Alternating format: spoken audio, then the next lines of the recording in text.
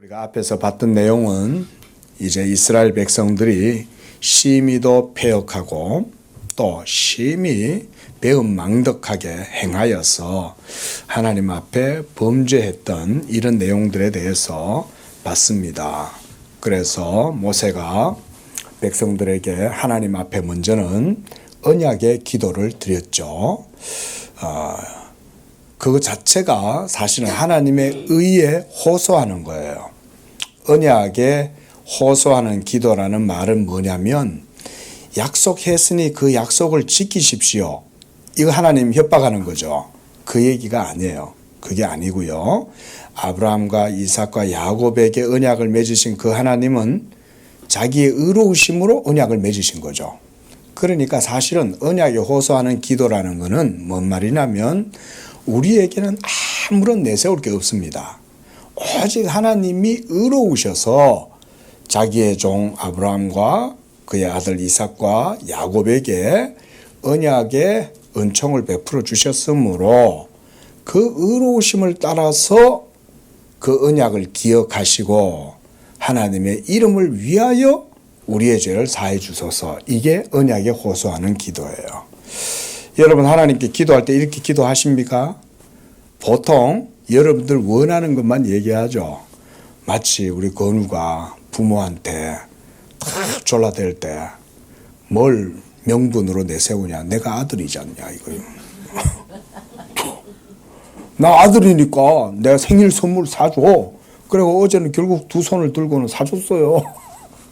그래가지고 제가 또 엄청 야단 맞고 애한테 그런 걸 사줬다고 또 야단 맞고. 근데 여러분 하나님은 공의의 하나님이시잖아요. 그렇죠? 우리가 하나님께 기도할 때도 여러분 언약에 호소하면서 기도하면 하나님이 더 응답을 잘해 주시는 거예요. 하나님 나 이거 필요해요. 이거 주세요. 이런 기도는 인생의 기도예요. 근데 하나님 제가 지금 이 시간 기도하는 것은 하나님의 의를 위하여 기도하는 것입니다. 하나님의 영광을 위하여 기도하는 것입니다. 여러분이 기도의 사이클을 포커스를 거기에다 맞추면 하나님이 당연히 응답하시겠죠. 그렇죠? 이런 게 언약에 호소하는 기도예요. 그래서 모세도 하나님께 그렇게 기도한 거예요. 하나님 저희가 뭐 내세울 거 하나도 없고 우리는 다 이 시간 하나님이 진멸해도 아무 할 말 없습니다. 오직 하나님이 의로우시니 그 의로우심을 따라 언약을 맺으셨사오니 그 언약을 기억하십시오. 이 말인 거예요. 그러니까 하나님이 그래 맞아 이렇게 우리 표도 하나님의 하나님 되심이라는 이런 표현을 제가 원래 표로 했는데 하나님은 하나님이시죠. 우리가 그런 기도 하나에도 하나님의 하나님 되심을 높여드릴 수 있죠.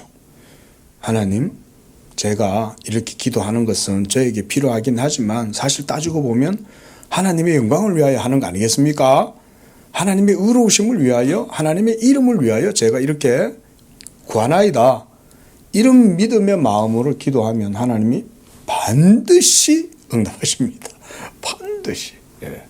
하나님은 왜냐하면 늘 제가 강조하는 거 하나 그거잖아요. 하나님은 자기의 것을 받으시잖아요. 그래? 그렇지. 그거 내 거야.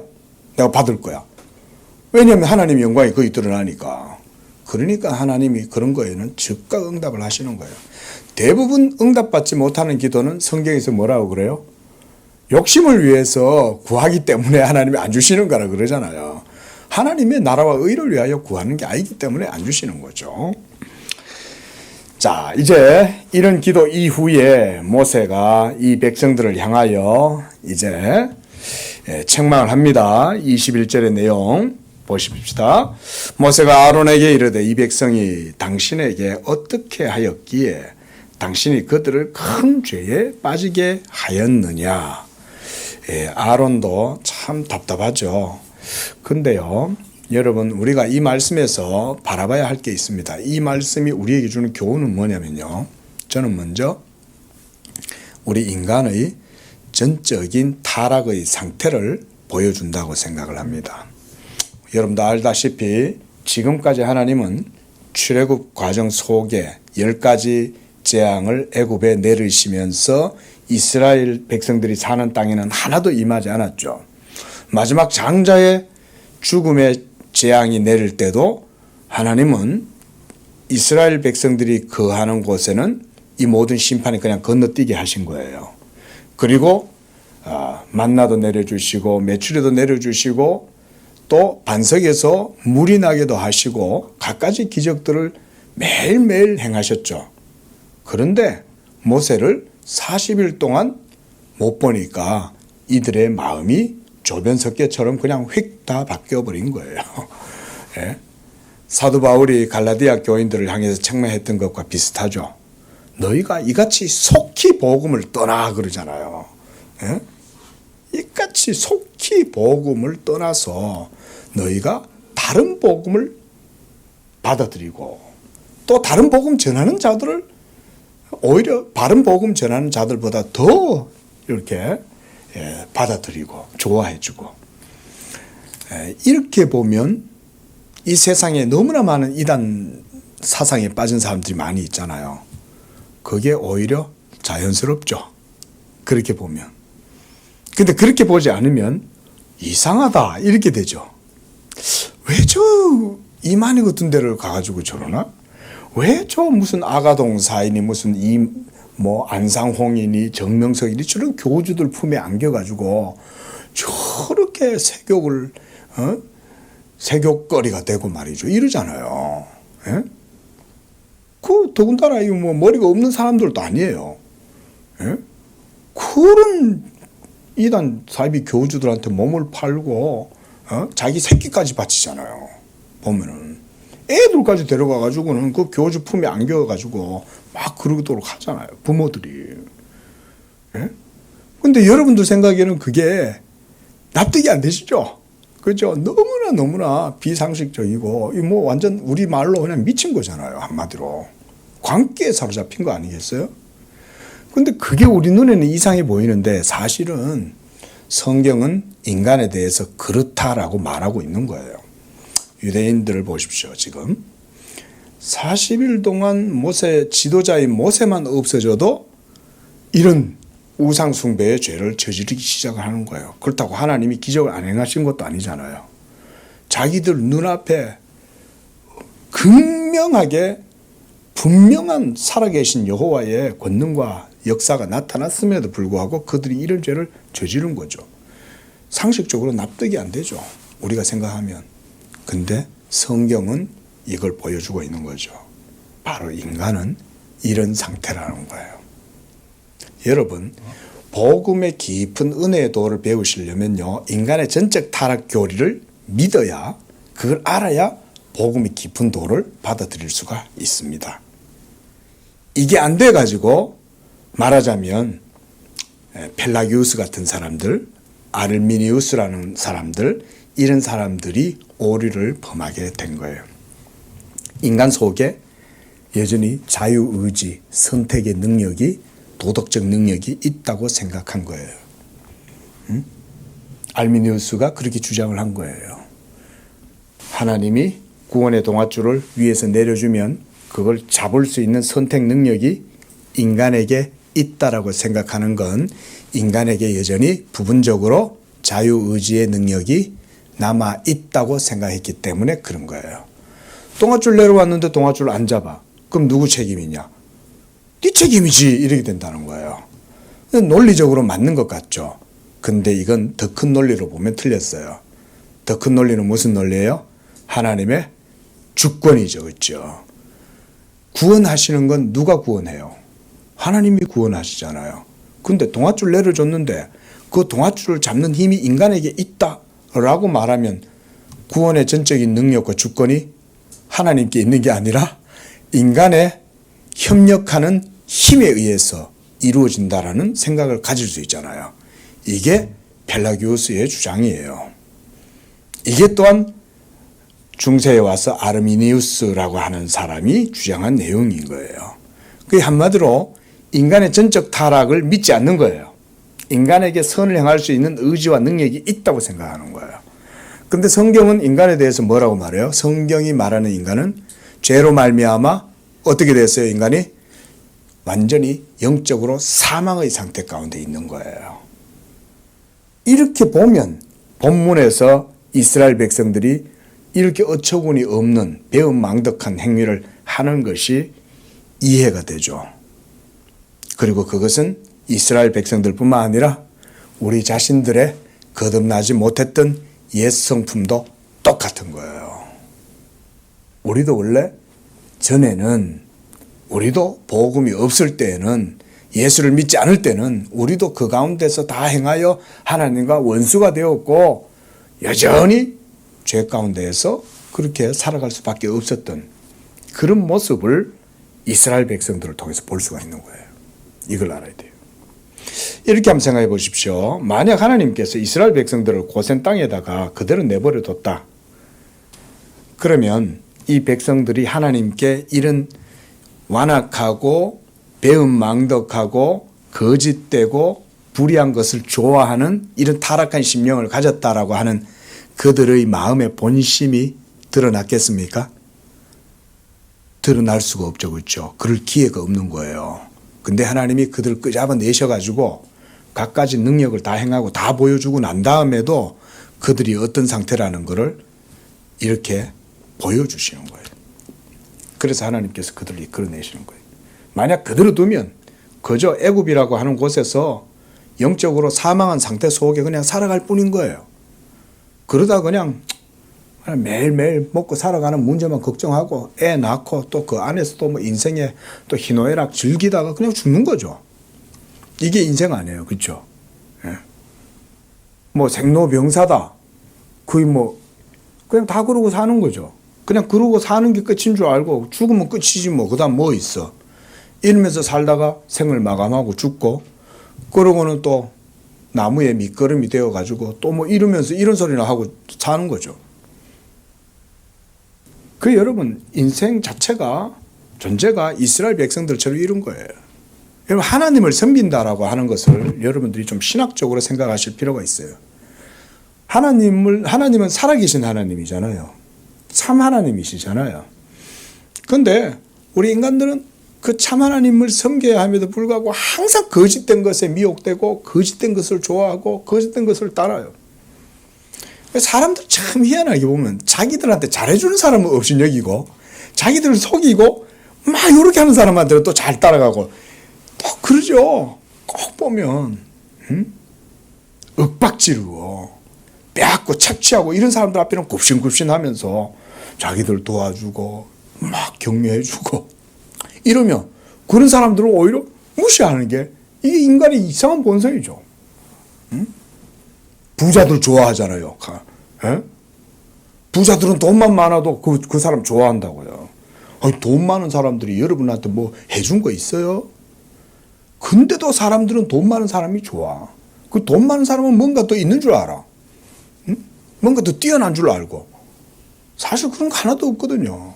그냥 돈만 많을 뿐이에요. 돈만 많을 뿐이에요.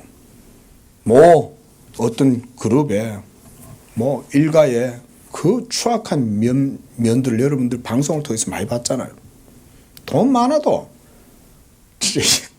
뭐 무슨 사람처럼 못 살아요. 보면 하는 짓이 막 기사들한테 막 욕짓거리 막 하고 집안에서도 막 자기 집에 일하는 사람들한테 막 삿대질하고 욕하고 나올 때는 뭐 뻔질하게 막 돈을 발라가지고 나오니까 아주 그럴듯한 줄 알지. 원래 사람은 다 그래요. 여러분들도 연약함이 없고 가난함이 없고 부족함이 없으면요, 다 하나님이 내버려두면요, 모두 다 사망의 몸에 매어서 교만해지고 완악해지고 그래서 어마어마하게 하나님 앞에 죄를 짓고 살아갈 수밖에 없습니다. 우리가 이렇게 예수님을 믿고 하나님을 예배하고 이렇게 아멘 할 수 있는 것 자체가 사실 하나님의 은혜입니다. 그 자체가. 근데 저렇게 그냥 돈이 많으니까 막 기고만장해가지고 자기가 세상 어디 꼭대기에 앉아 있는 줄 알잖아요. 인간 다 그렇습니다. 그 뭐 대기업 뭐 회장님이나 돼야 뭐 그런 줄 아세요? 아니에요. 동네에서 자기가 조금 돈 많으면 또 그래요. 동네에서도 인간은 얼마나 일어난지 몰라요. 그래서 아론이 22절에 보면 이 백성의 악함을 당신이 아나이다 그러는 거예요. 백성의 악함. 이것은 곧 그들의 본성의 특징을 말하는 거예요. 본성의 특징. 인간이 만물보다 거짓되고 부패한 게 사람의 마음이다. 예레미야 선지자가 그렇게 말하죠. 근데 그 뒤에 또 뭐라 그러냐. 이것을 누가 능히 알리오. 이렇게 말하는 거예요. 만물보다 거짓되고 부패한 사람의 마음을 아는 사람이 극도로 적다 이건 거예요. 극도로. 공자님도 잘 몰라요. 제가 볼 때는. 모르니 맨날 도를 따라 착하게 살아라 이런 얘기를 하는 거지. 착하게 살 수 있다고 생각을 하니까. 그러니까 착하게 살아라. 착하게 살아라. 예? 인의 예지신 이러면서 매일 그거 따라 살아라. 인간답게 살아라. 그러는 거죠. 예. 우매하고 미련하고 완악한 상태의 인간 모습이 바로 이런 이스라엘 백성들이 전형적으로 보여주는 거예요. 하나님은요, 이스라엘 백성을 우리 모든 인류의 그런 부패하고 타락한 모습의 모델로 딱 그들을 보여주는 거예요. 그리고 율법 아래에서는 결코 행위로 구원함을 얻을 수 없다는 사실도 유대인들을 통해서 분명하게 깨닫게 해주셨죠. 유대인들은 결국 율법 아래에서 하나님을 섬기다가 율법에 의해서는 하나님 앞에 의롭다함을 얻을 수 없다는 사실만 증명하고 결국 이스라엘은 걸려 넘어질 돌에 걸려서 넘어졌죠. 그렇죠? 그리고 그 자리는 도리어 백성 아닌 자들이 그 자리를 차지하고 나라의 본 백성들은 바깥 어두운 데 쫓겨나서 이를 갈미 있게 되는 이런 일이 벌어진 거예요. 예. 만약 이스라엘이 복음을 받아들였다면 지금 저 팔레스타인에 저런 비극들이 일어나겠어요. 예? 여전히 복음을 안 받아들이는 거예요. 그 땅에서 어디 가면 어디 여러분 만약 그 땅 가운데에 율법에 어떤 것이라도 세워지면요. 무슨 일이 생기냐면 역사 속에 복음의 원리가 왜곡됩니다. 그걸 아셔야 됩니다. 여러분 이 복음 우리가 복음 하는 이 하나님의 진리의 말씀은요. 실제적인 거예요. 이거는 하나님의 의에 기초하는 거기 때문에 굉장히 중요한 겁니다. 권위도 대단한 거고요. 근데 우리는 복음을 되게 가볍게 생각하잖아요. 그냥 교회에서나 듣는 목사가 전하는 말 정도로만 생각하는 거지 이게 하나님 말씀이라는 권위 있게 생각하지 않잖아요.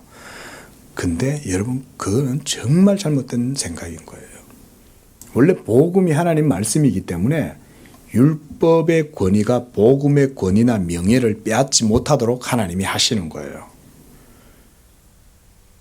저 팔레스타인에 율법 종교가 다시금 회복된다 해보세요. 그럼 어떻게 되겠어요? 복음이 회방을 받는 거예요. 하나님은 그런 걸 원하시지 않아요. 성경 어디에도 그런 것은 뉘앙스가 조금도 없어요. 복음을 대적한다? 그러면 율법 아래에 있는 모든 것들은 다 정죄를 받는 거예요. 이 역사가 그렇게 돌아간다고 보시면 돼요. 저기에 평화가 찾아올 리가 없어. 복음이 없는데 무슨. 이스라엘 백성, 이스라엘 사람들, 유대인들도 지금도 복음 안 받아들이는 거잖아요. 그러니까 계속 그 주변에 있는 나라들한테 막 힘으로 과시하고 뭐 이런 식으로 하는 거죠. 예수가 없으니까 안 되는 거예요. 제가 볼 때는. 자, 로마서 우리가 1장 말씀 잠깐 한번 보겠습니다.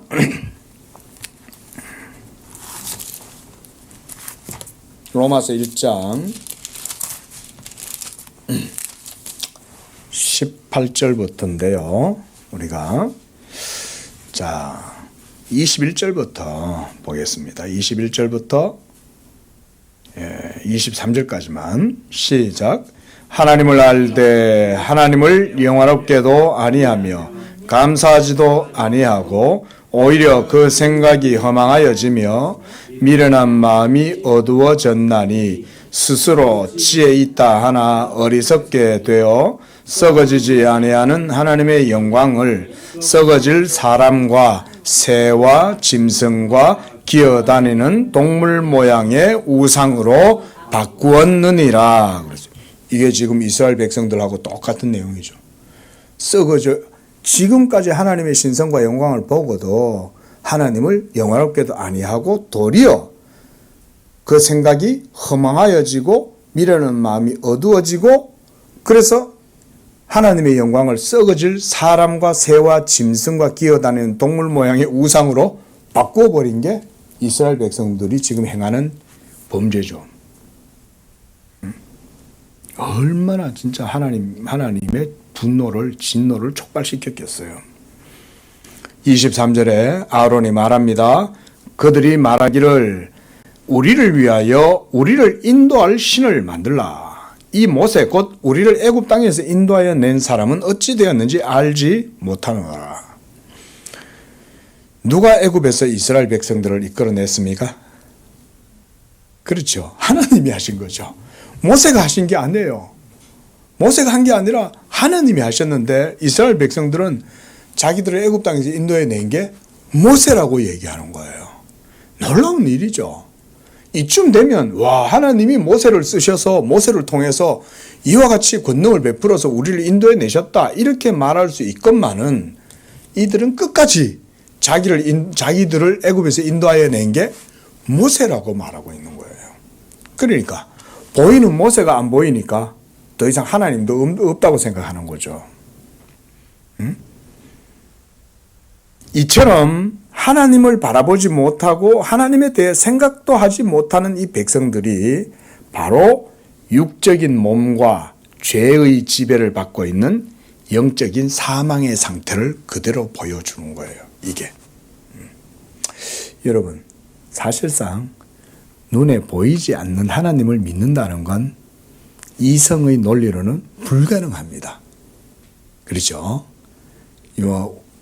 이제 오늘날 현대인들이야 교육을 많이 받으셨으니까 이 정도 얘기하면 다 이해하실 거예요. 제가 굳이 뭐 철학적으로 얘기를 안 해도 하나님이 눈에 보이고 증명될 수 있습니까? 여러분 중에 하나님 믿는다고 하실 때 여러분들이 무슨 눈에 보이는 어떤 논리적 증명을 통해서 그래서 여러분이 믿는 분 있습니까? 한 사람도 없습니다, 여러분. 우리 교회뿐만 아니라 이 지구상에도 한 사람도 없습니다. 하나님을 논리적으로 납득하고 이성적으로 증명이 가능해서 그래서 하나님 있구나 이렇게 해서 믿잖아요. 그럼 그건 가짜신이에요. 그건 신이 아니에요.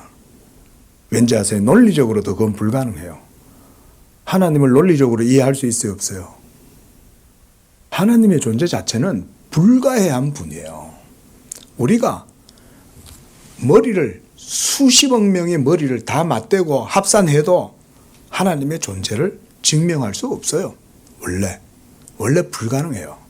만약 그게 증명할 수 있다라고 말하면 그 자체가 거짓된 논법인 거예요. 하나님은 증명할 수 없어요. 하나님은 하나님이신데 누가 하나님을 증명해요? 하나님을 증명할 수 있는 유일한 존재가 있어요. 누굴까요? 맞아요. 오직 하나님 한 분 외에는 하나님 자신만이 하나님을 증명하고 아시는 거지 누구도 몰라요. 누구도. 그러니까 여러분 이성의 논리에 빠져들면 안 돼요. 하나님은 절대 증명할 수 없어요. 만약 전도하실 때도 제가 하나님 살아계신 거 증명할 수 있어요 이렇게 얘기하면 안 돼요. 증명 못해요 그거. 예. 믿으십시오 말하는 게 맞는 거예요. 왜냐하면 믿어야 되는 게 맞기 때문에. 믿어야 되는 게 맞으니까 예수 믿으세요 말하는 게 바른 말이에요. 근데 보여줘봐 이러면 보여주려고 하면 틀리는 거예요. 못 보여주는데 뭘 보여줘. 예. 우리는 이래 얘기하면 되겠죠. 선생님, 만약 선생님에게 누군가가 하나님을 보여줄 수 있다라고 말씀하는 분이 있으면 그거야말로 거짓말입니다. 이렇게 말해야 맞는 거예요. 하나님은 눈에 보여줄 수 없어요. 눈에 보이는 게 신이겠어요? 눈에 보이는 건 절대로 신이 될 수 없어요. 오늘 이스라엘 백성들 보세요. 자기들을 위하여 우리를 인도할 신을 만들라 이렇게 말하는 거죠. 죄의 몸에 사로잡혀 있는 인간은 영적으로 하나님을 찾을 수 없는 무능한 상태입니다. 그런 무능한 육에 찌들어 있는 그들을 하나님이 고센 땅에서 이끌어내서 가나안 땅으로 지금 들어가게 해주시는 거예요. 그 과정 속에 하나님은 이스라엘 백성들의 육적 상태, 타락하고 부패한 상태의 민낯을 다 드러내 보여주는 거예요. 그런데도 나중에 그들은 어떻게 돼요? 가나안 땅에 들어가죠. 하나님이 자기의 열심으로 들어가게 하시는 거예요. 제가 출애굽기에서 처음 시작할 때 여러분들에게 강조했던 것 가운데 하나가 뭐냐면 우리는 출애굽기를 통해서 하나님의 열심을 보게 될 것입니다. 그랬어요. 우리가 하는 게 아니에요. 하나님이 하시는 거예요. 여러분들을 저 하늘 천국으로 인도하시는 그것도 여러분이 가는 게 아니에요. 하나님이 여러분들을 이끌고 가시는 거예요. 믿으시기 바랍니다. 이끌고 하나님이 데리고 가시는 거예요. 하나님이. 우리가 구원의 그 영지에 영역에 우리가 들어갈 수가 없습니다. 우리 힘으로는 절대 못합니다. 모든 것을 다 예수의 은혜로 하나님이 우리를 인도하시는 거예요. 여기에서 이스라엘 백성들 보세요. 우리를 위한 우리를 인도할 신, 이걸 만들어라 그러죠. 여러분, 이게 소위 말하는 실용주의다라고 할 수가 있습니다. 신조차도 자기에게 소용이 되는 신, 이게 현대인들이 가지고 있는 대부분의 신관념이 이런 겁니다. 이게 기독교 안에까지 들어와 있습니다. 그래서 기독교의 하나님조차도 자기들에게 뭔가 소용이 되고 위로가 되고 기쁨이 되고 뭔가가 만족을 주어야만 그게 참된 신이라고 생각을 하는 거예요. 이런 식의 생각이 현대의 그리스도인들 속에도 스며들어와 있습니다. 우리가 섬기는 하나님은 실용주의 하나님입니까? 하나님이 실용적이지 않으면 우리는 그 하나님을 버릴 겁니까? 도대체 우리는 하나님 앞에 어떤 모습으로 서 있어야 됩니까? 그렇죠. 이런 문제가 실용주의에 딱 걸리는 거예요. 그런데 실용주의가 아니면 우리가 하나님께 대한 참된 믿음의 모습은 어떤 겁니까? 하나님이 아니라고 하면 내가 아무리 예라고 하다가도 하나님이 아니라 하면 아닌 거예요. 그렇죠. 내가 아무리 원해도 하나님이 아니라고 하면 아멘 해야 되는 거죠. 이거는 실용주의가 아니죠. 하나님의 말씀을 따라 내가 하나님을 믿는 거니까. 예. 그래서 바로 이런 실용주의 자체가 사실은 우상이에요. 우상은 다 자기가 필요해서 만들어 놓는 거예요. 예? 애를 못 낳으니까. 가지고는 그냥 그 돌부처에 배를 갖다가 숟가락으로 끌고 갖고 그 돌가루를 타가지고 먹으면 애를 낳는다 생각을 하는 거죠. 예? 뭐에 필요해서? 임신을 위해서. 자기에게 유스풀 필요하니까 그거 써먹는 거죠. 신이라는 게. 나한테 복을 달라 이거 아니에요. 나한테. 애군을 제거해주고 나한테 길한 것이 이루어지도록 해달라. 이게 전부 다 우상이잖아요. 이런 것들이 전부 다 현대인들 가운데도 있습니다. 결코 인간은 이런 종교적인 관념에서 떨어질 수 없습니다. 그래서 이 세상에 있는 모든 우상은 다 인간이 자신을 위하여 만든 가짜신이에요. 전부 다 가짜신이죠. 진짜 신이 어디 있어요? 인도에 가든 저 뭐 남미에 가든 뭐 어디 저 북미에 가든 뭐 예? 어디에 가든지 간에 다 신들이 다 있죠. 근데 그런 것들은 전부 다 가짜신이에요. 참되신 하나님은 살아계신 분이시고 무엇보다 자기를 계시하시는 분이 진짜 신입니다. 하나님이 인격적인 분이기 때문에 미학적 가치를 알아요. 하나님은. 그 미학적 가치의 본질은 바로 하나님 자신이죠. 하나님은 하나님 자신으로만으로도 만족하세요. 하나님은 하나님 자신을 보면서 자기의 영광과 기쁨을 스스로 만족하시면서 거기에 뭐 더할 필요도 없고 덜할 필요도 없어요. 오로지 하나님은 하나님 자신만으로 만족하시는 분이세요. 그런데 이 하나님이 자기의 영광을 위하여 하나님께서 한 백성을 예비하신 다음에 자기 영광을 위해서 은밀하게 이 작정과 경륜을 실행하시는 거예요. 그래서 세상을 창조하신 거예요. 하나님이 뭐 때문에 자기 영광에 부족함이 없는데 왜 세계를 창조하셨겠어요? 여기에서 우리는 자비라고 하는 개념을 그 속에서 찾아요. 하나님이 자기 스스로 우리한테 뭘 이렇게 자랑하시려고 그렇게 하셨겠어요? 그게 아니죠. 그렇게 보는 건 성경을 심히 왜곡시키는 거예요. 그게 아니에요. 하나님이 자충족하시다 그러잖아요. 그렇죠? 하나님께서는 자기 스스로 충만해서 그 어떤 것도 부족함이 없는데 자기 영광을 위하여 세계를 창조하셨다는 말은 하나님의 자비하심이 드러났다 이런 말인 거예요. 그 속에 이런 교리적인 의미가 있어요. 그리고 창조하신 이 모든 세계 가운데 자기 영광을 드러내 보여주시기 위한 수단으로 인간을 창조하신 거예요. 그래서 인간이 하나님의 형상으로 창조하신 다음에 그 인간들이 하나님을 알고 하나님을 예배하고 제사할 수 있는, 우리 지난주에 강도사님 삼중직에 대해서 봤죠. 그렇죠? 바로 인간이 그런 존재로 창조를 받은 거예요. 하나님을 제사하고 왕같은 제사장으로, 왕으로, 또 하나님의 말씀을 받아들이고 선포하고 증거하는 선지자의 역할로 모든 피조물 가운데 가장 뛰어난 존재로 인간을 창조하신 거예요. 근데 창조하시기 전에 인류가 타락할 것에 대해서 하나님은 아시죠. 이런 하나님은 아셨습니다. 우리 개혁신학은 인간이 벌써 창세 전부터 하나님에 의해서 타락할 것을 미리 아셨다라고 이렇게 이해를 합니다.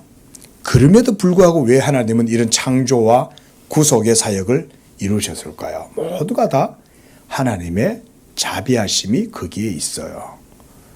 그 자비가 너무 커서 하나님께서 자기의 자비하심을 예수 그리스도를 통하여 드러내시는 거예요. 그리고 그것이 그리스도의 복음을 통해서 성취되고 완성되었어요. 그리고 마지막 날 이 그리스도의 복음이 온 세계 가운데 다 뒤덮을 정도로, 물이 바다를 덮을 정도로 온 세계가 충만해질 때가 되면 그 속에 모든 죄와 사망은 싹 다 제거되고 불신자들과 원수 사탄 마귀의 세력들은 싹 다 제거되고 오직 그리스도의 생명만이 온 세계 가운데 가득하게 충만하게 되거든요. 그래서 여호와께서 주로 하시는 말씀은 내가 여호와의 사심을 두고 맹세하노라. 또 여호와의 영광이 온 세계에 충만할 것으로 내가 말한다. 이런 표현 쓰죠. 그런 의미예요. 여호와의 영광이 장차 온 세계에 충만해지는 거예요. 그 모든 게 다 하나님이 자기의 영광을 위해서 모든 세계를 다 행하는데, 놀랍게도 여러분, 그 모든 것의 근본 동인이 하나님의 자비인 거예요. 자비. 그러니까 그 자비하심이 그 그리스도 예수의 얼굴에 빛나는 하나님의 영광 가운데에서 하나님의 자비하심이 다 흘러나온 거예요. 예. 우리가 그런 찬송 있잖아요. 평화 평화로다 하늘 위에서 내려오네. 예수 그리스도의 얼굴에서 하나님의 자비하신 빛이 찬란하게 비친다. 이게 복음의 핵심이라면 핵심일 수 있어요. 그러니까 하나님의 자비하심이 있기 때문에 하나님이 택하신 백성들은 그들이 어떤 상황에 있어도 하나님이 결코 버리지 않는 거예요. 하나님의 자비하심 때문에. 그리고 그 자비하심의 영광이 하나님의 택하신 백성들 가운데 주어지는 겁니다. 이게 진짜 하나님이에요. 이런 분이 진짜 하나님이에요. 가짜 신들은 이런 게 없어요. 자, 25절. 자, 24절에서는 아론이 이와 같이 또 변명을 하죠. 예? 참 변명도 걸작이에요. 금이 있는 자는 빼내라 한즉 그들이 내게로 가져왔는데 내가 불에 던졌는데 이 송아지가 나왔다.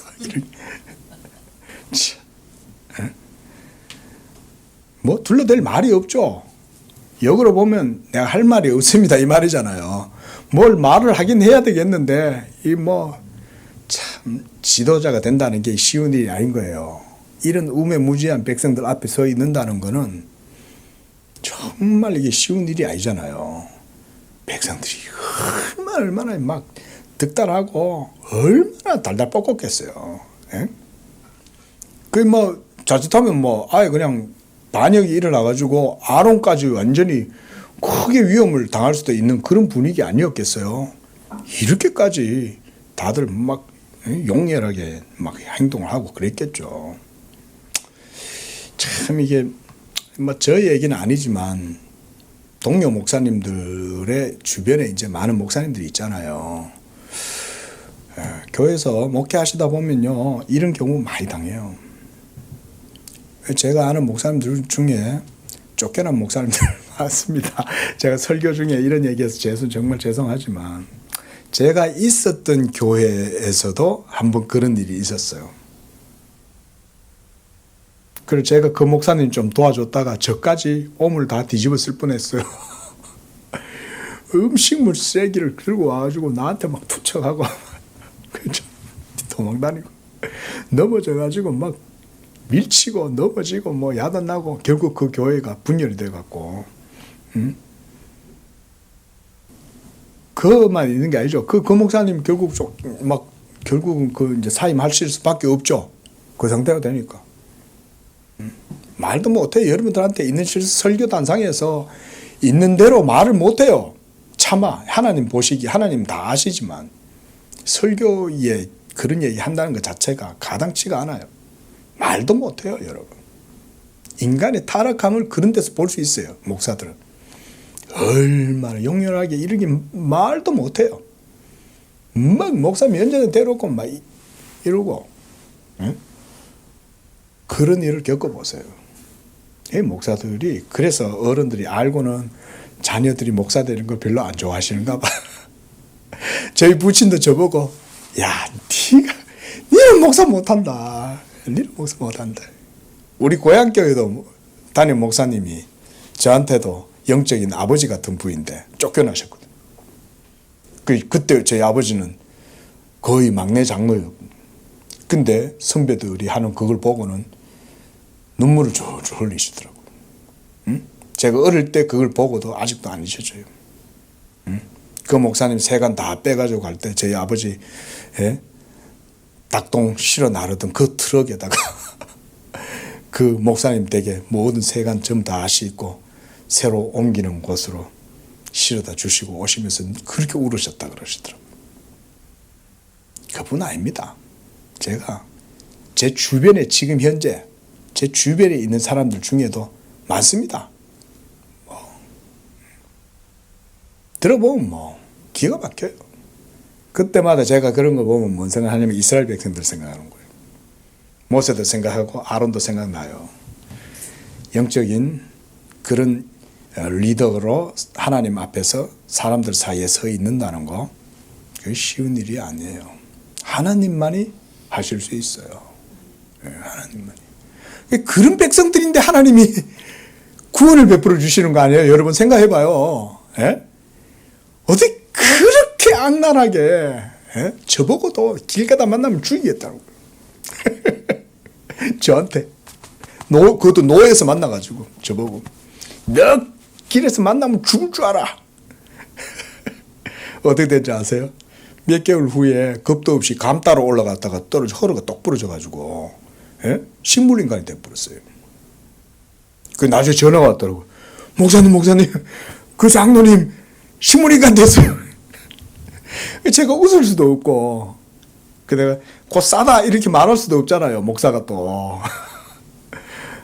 그래 하나님이 그냥 놔두시겠냐 그렇게 악하게 하는데 근데 깨어나가지고 하나님이 안 죽이고 살려주시는 거예요. 그 제가 참 하나님 은혜가 크다. 그렇게 옛날에 깡패였거든. 옛날 깡패하다가 장로가 됐는데 하나님 은혜에 배응망덕하게 그러면 옛날에 깡패도 하고 그랬으면은 이제 철 들어가지고 정신 차리고 하나님 앞에 겸손하게 섬겨야 될 텐데 그만하게 뭐 부목사라고 그냥 목사 취급도 안 해. 그냥 보고는 길 가다가 죽이겠대. 하나님이 그걸 들었으니 그냥 놔두시겠어요? 까불고 있다고? 그러면 겁이 있어야지. 어디 감 따로 올라가. 떨어져 죽을 줄 모르고 안 올라가야지. 이런 게 우리 사람입니다. 그들이 예수님을 십자가에 못 박은 거예요. 그들이 바로 우리예요. 그들은 그들이 아니고 그들은 바로 우리예요. 우리가 하나님 앞에 지금도 매일 그러고 있는 거예요. 매일. 하나님 은혜 받고 살면서도 늘 그 계명의 말씀 따라 못 살고 늘 성령 거스르고 이러고 살아가죠. 늘 성령을 근심케 하고. 그래서 25절에 모세가 백성을 이렇게 묘사합니다. 모세가 먼저 백성이 방자하다. 우리말 번역에는 방자하다. 방자하다는 말이 길길이 날뛰고 그런다는 거잖아요. 겁도 없이, 그죠? 하나님 앞에. 예?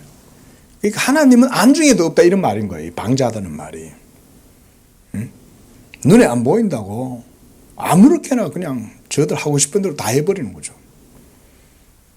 그러니까 아론이 그들을 방자하게 하여, 아론도 책망을 하고 좀 했어야 되는데 아론이 그렇게 안 한 것 같아. 아론이 뭐야 지금 뭐 모세가 없다고 뭐 하나님이 안 계신 거야 정신 차려 이러면서 좀 야단도 치고 이래야 되는데 그냥 뭐 백성들이 하자는 대로 그냥 다 해버리는 거죠. 아론도 연약하니까. 그래서 원수에게 조롱거리가 되게 했다. 여기서 원수란 하나님을 믿지 않는 그 가나안 땅에 있는 이방인들을 지칭하는 겁니다. 그래서 하나님께서 이 이스라엘 백성들을 불러내서 그들을 특별하게 그들을 불러내시고 그 주변에 있는 모든 족속들이 다 보겠죠. 그렇죠? 그때 그들에게 치욕거리가 되게 한 거예요. 하나님께 영광을 못 돌리고. 그래서 조롱거리가 되게 했다라고 말하는 겁니다. 자, 이에 이제 모세가 문에 서서 말합니다. 여호와의 편에 있는 자는 내게로 나오라 하며 레위 자손이 다 그에게로 가는지라 그랬습니다. 여기에 놀라운 사건이 일어났어요. 이제 그 레위 자손들에게 모세가 말합니다. 이스라엘의 하나님 여호와께서 말씀하시기를 너희는 각각 허리에 칼을 차고 진 이 문에서 저 문까지 왕래하며 각 사람이 그 형제를, 각 사람이 자기의 친구를, 각 사람이 자기의 이웃을 죽이라 하셨느니라. 하나님이 이런 명령을 내리신 거예요.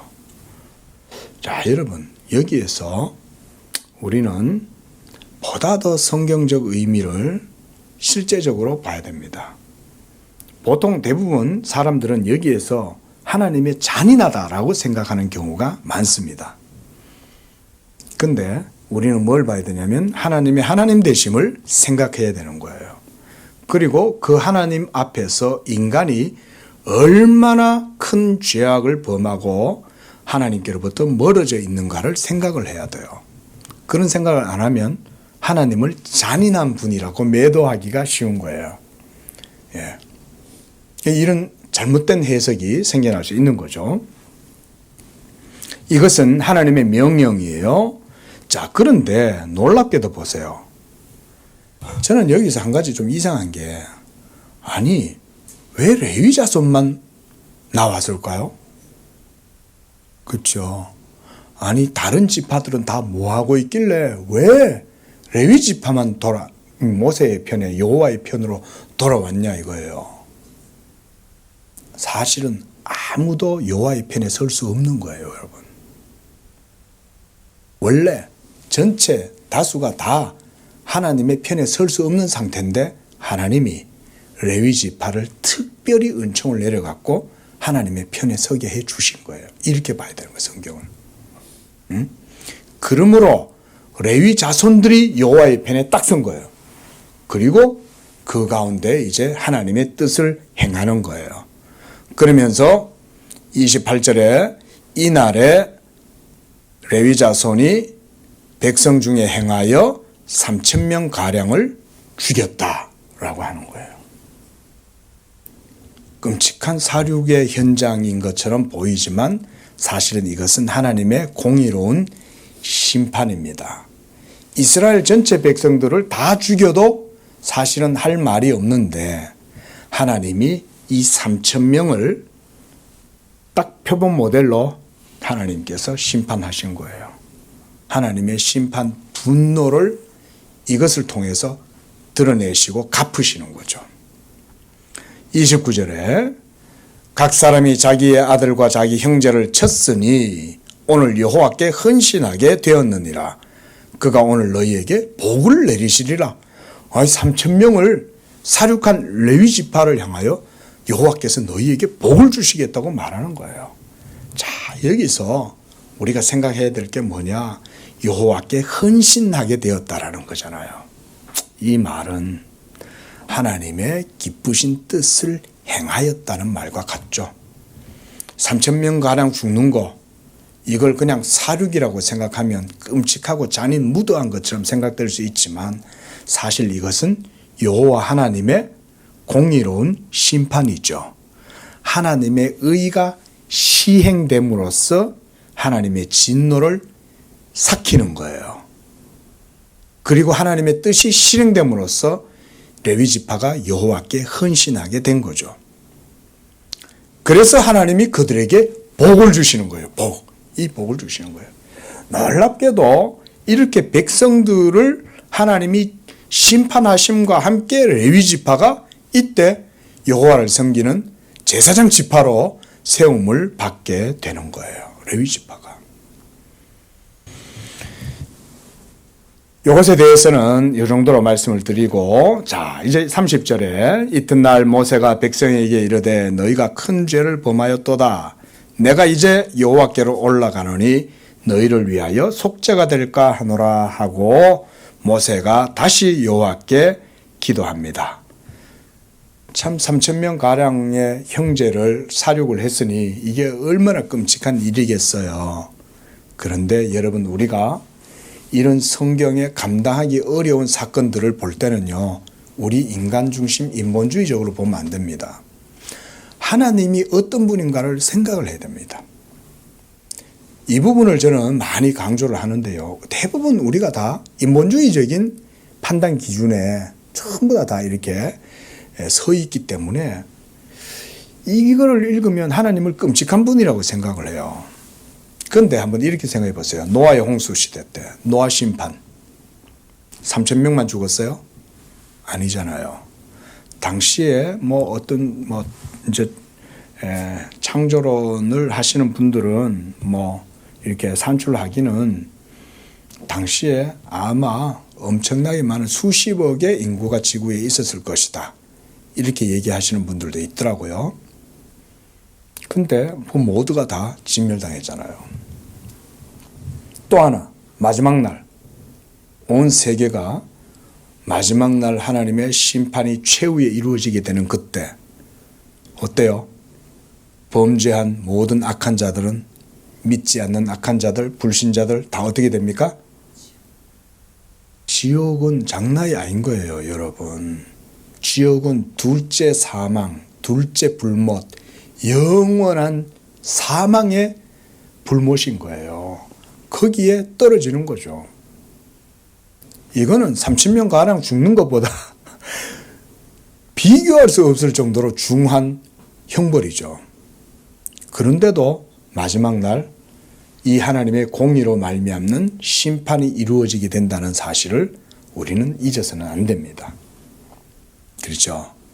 근데 인본주의에 물들어가지고 기독교 복음을 듣고 있으면요, 하나님을 맨날 솜사탕 같은 분으로만 생각해요. 말씀드렸지만 하나님의 자비는 무한하고 깊어요. 그럼에도 불구하고 그 자비하심에 있지 않은 자들은요, 하나님의 공의로운 의로우신 심판이 공의로 행해집니다. 이루어집니다. 피할 수 없습니다. 그래서 그것에 대해서 하나님이 이렇게 말씀하고 있어요. 모세가 32절에 이렇게 하나님께 기도합니다. 원하건대 주께서 기록하신 책에서 내 이름을 지워버려 주옵소서. 그러면 하나님이 뭐라고 했어요? 에이, 모세야, 너 너무하다. 너 그런 말까지 하냐? 내가 어떻게 네 이름을 생명책에서 지우겠냐? 안 되지. 이렇게 말씀하시겠어요? 하나님이 모세가 이렇게 기도했을 때 하나님께서 아주 냉철하게 딱 이렇게 말씀하시는 거예요. 33절에 누구든지 내게 범죄하면 내가 내 책에서 그를 지워버릴 거야. 아마 모세는 이렇게 자기가 기도하면 그래 알았어 모세야 그 좀 해 이렇게 하실 줄 알았는데 하나님이 모세의 말을 딱 받아가지고 대번 딱 그러는 거죠. 범죄하면 내가 내 책에서 지워버릴 거야. 그만큼 하나님의 공의에 대한 강조가 여기에서 돋보이는 거예요. 그렇죠? 우리가요 사랑은요 의에서 나온다는 사실을 기억해야 됩니다. 우리 사랑의 하나님 은혜의 하나님 이러다가 전부 다 하나님을 다 자기 입맛대로 구스르고 달래고 어르고 이런 하나님으로 생각하는 경우가 많아요. 저 광화문에서 어떤 정신 나간 사람이 목사라고 자칭 목사라고 하면서 하나님 나한테 까불면 죽어 그러잖아요. 하나님이 어떤 분인데? 예? 그거는 목사가 아니에요. 분명히 목사가 아니에요. 이 세상에 거짓 목사가 얼마나 많은데 그러면 그건 거짓 목사지. 누가 하나님을 알면요 하나님이라는 이름도 사실은 부르기가 쉽지 않아요 원래. 근데 하나님 까불면 내 손에 죽어. 그 목사가 지도자라는 사람으로 지도자가 돼가지고 목사라는 타이틀로 그 앞에 서 있으면 수많은 사람들이 다 하나님을 그렇게 볼 거 아니에요? 오늘 하나님 어떤 분이에요? 내 편에 선 사람들 나와 칼 들어 가서 다 죽여 이렇게 하시는 거 아니에요. 3,000명을 갖다가 다 도륙을 했을 때 하나님이 기뻐하시는 거죠. 왜 기뻐하셨겠어요? 하나님의 공의가 그걸로는 그래도 만족이 되니까 하나님이 기뻐하시는 거예요. 이건 십자가까지 그대로 연결돼요. 십자가에서 그리스도께서 비참하게 죽는데 그의 순환, 그의 고난과 죽으심이 하나님의 모든 공의를 만족시키는 거예요. 그래서 하나님이 그걸 기쁘게 받으시는 거예요. 자기 아들의 죽음을. 예? 왜냐하면 그것을 통해서 하나님의 의로우심이 드러나기 때문에 그런 거예요. 하나님에 대한 관념이 오늘날 큰일이에요. 우리나라도 그래서 이런 잘못된 것들을 개혁해야 돼요. 개혁이라는 게 중세시대 때는 로마 교회의 그런 잘못된 것들을 타파하고 그런 것들을 개혁하는 게 그때 시대였다면 오늘날은 이런 걸 개혁해야 돼요. 성경대로 하나님을 하나님 되시게 하고 복음을 복음 되게 하는 이런 것들이 우리가 이런 것 속에서 바르게 하나님을 알아야 되는 거예요. 어때? 하나님 까부면 내 손에 죽는다는 소리를 하냐 이거예요. 그거야말로 진짜 미친 거 아니에요? 이 백성들처럼. 그런데도 한국교회의 보수적인 신앙을 가졌다는 사람들 중에 대부분 사람들이 그것이 휩쓸려 가는 거예요. 정신 차려야 돼요. 하나님 잘생긴다고 착각하고 있으면 안 돼요. 제 주변에 있는 사람들도 뭐 그 사람이 진짜 하나님 종이라는 거예요. 근데 그 다음부터 상대 안 해요. 뭐 페이스북 같은 데도 그런 소리 하면 다 잘라내버려요. 예? 인간 같아야 말이지. 하나님을 하나님으로 제대로 섬기지도 않으면서 뭔 하나님을 믿는다고 예수 믿는다고 그러는 거예요. 내 책에서 그를 지워버린다. 하나님은 이렇게 하실 수 있어요. 자, 이렇게 해서 34절 내가 너에게 말한 곳으로 백성을 인도해라. 내 사자가 네 앞서 가리라. 그러나 내가 보응할 날에는 그들의 죄를 보응하리라. 하나님께서 참 이 죄에 대한 보응을 반드시 하신다는 사실을 우리가 늘 기억해야 되겠습니다. 자, 무엇보다 우상 숭배의 죄, 프래그마티즘, 실용주의, 여러분 경계하십시오. 하나님은 우리의 필요에 따라서 마음대로 움직여 주시는 하나님 아닙니다. 물론 자기의 백성들, 자녀들을 위해서 하나님이 은총을 베풀어 주셔서 원하시는 거 해주실 수 있어요. 그런데요, 절대로 여러분들에게 영적으로 유익하지 않으면 하나님 안 해주십니다. 늘 기억하셔서 하나님 섬기시기를 바랍니다. 기도하겠습니다. 자비로우신 주여, 오늘 이스라엘 백성들의 패역 무도함을 보면서 바로 이것이 우리의 모습이고, 이런 우리에게 오로지 하나님의 선하심과 자비하심이 없다면 우리가 결코 그 하나님 앞에 설 수도 없을 뿐 아니라 또 무엇보다 천국에 들어가는 의를 우리 힘으로는 스스로 얻을 수 없음도 분명히 알게 됩니다. 하나님, 우리가 오직 우리의 중보자 되신 예수 그리스도만을 우리의 의로 삼고 그리스도를 믿는 믿음 가운데 하나님을 참되게 섬기고 오직 그 하나님께만 영광을 돌리는 그런 우리 양재교회 성도들 되도록 축복하여 주시옵소서. 그런 믿음으로 하나님을 섬기는 주의 종들 가운데 더욱더 크신 은총으로 축복하여 주셔서 행하는 모든 일들마다 여호와께서 기쁨으로 받으시고 저들의 모든 삶 위에 여호와의 기름진 복으로 축복하여 주시옵소서. 거룩하신 예수님의 이름으로 기도합니다. 아멘.